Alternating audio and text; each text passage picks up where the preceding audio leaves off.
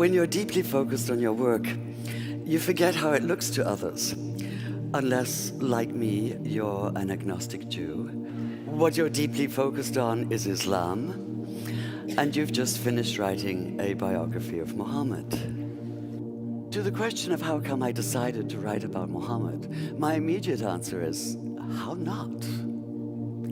We're talking about one of the most influential figures of all time, a man who radically changed his world and is still changing ours. So how can so many of us know so little about him? How come just the idea of writing about him seems to be fraught with tension?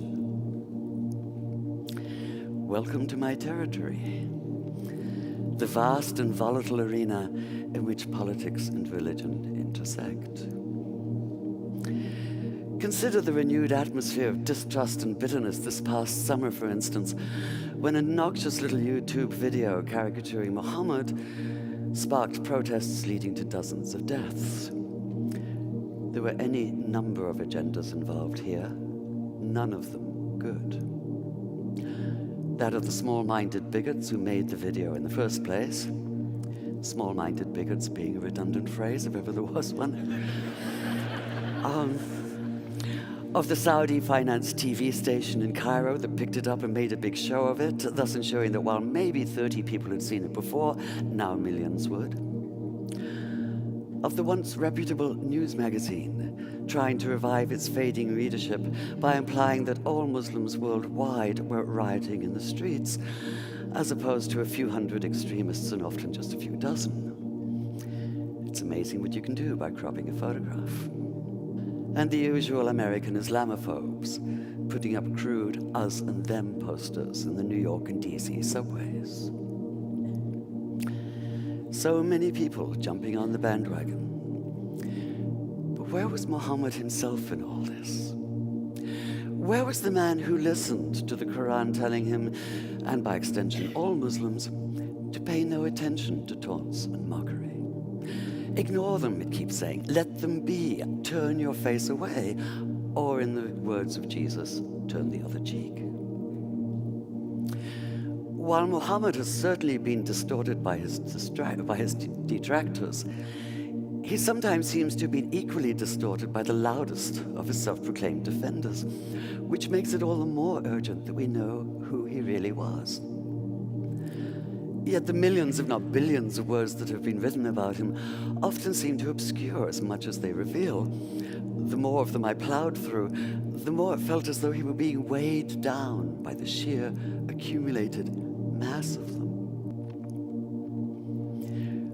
What I wanted was a real feel for the man himself. I wanted the vitality and complexity of a full life lived. I wanted, in short, to see Mohammed whole. And this meant steering clear of a virtual minefield of agendas, including piety and sentiment and stereotype and judgmentalism. So even as the hundreds of research volumes piled up on my floor, my most valuable research tool may have been this one-word reminder pinned beside my desk. Think. Take the pivotal moment of Islam, for instance, which is what happened to Muhammad one night in the year 610 on a mountain just outside Mecca. He'd gone up there, it seems, in the hope of perhaps a quiet moment of insight. The last thing he expected was the blinding weight of revelation. So what struck me in the earliest account we have of that night was not even so much what happened as what did not happen. Muhammad did not come floating off the mountain as though walking on air. He did not radiate light and joy. There were no choirs of angels, no music of the spheres, no elation, no ecstasy, no golden aura surrounding him. Not even the whole of the Quran fully revealed, but only 5 brief verses. In short, he did none of the things that might make it easy to cry foul, to put down the whole account as an invention, a cover for something as mundane as personal ambition. Quite the opposite. In his own reported words, He was convinced at first that what had happened couldn't have been real. At best, he thought it had to have been a hallucination, his own mind working against him. At worst, possession, and he'd been seized by an evil jinn, a spirit out to deceive him, even crush the life out of him. In fact, his first instinct was to leap off the highest cliff and escape the terror of what he'd experienced by putting an end to all experience.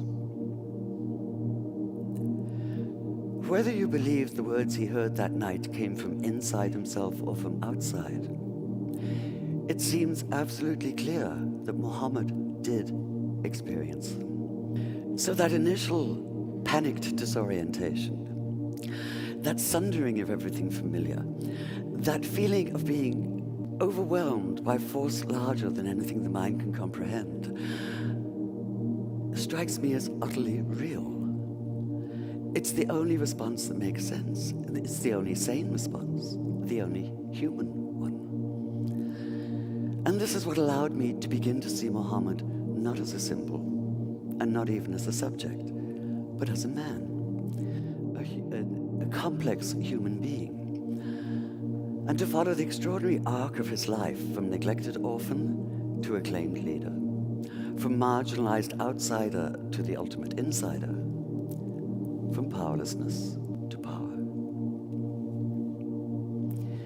One thing I knew from the beginning, however, if I was to do justice to this remarkable story, if I was to bring it alive on the page, it had to be written in good faith. Now, I do realize there may be a certain irony in an agnostic standing here talking about good faith, but there's been so much bad faith in every sense of the term, and we have to get beyond it, all of us.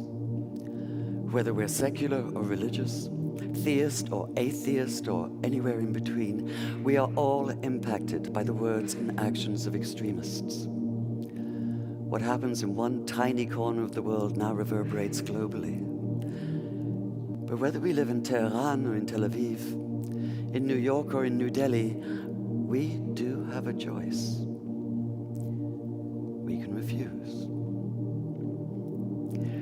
Refuse, that is, to allow ourselves to be led by anger and suspicion. Refuse to allow ourselves to be manipulated by extremists of all stripes. Refuse their narrow vision, their comic book distortions, their miserably small minds.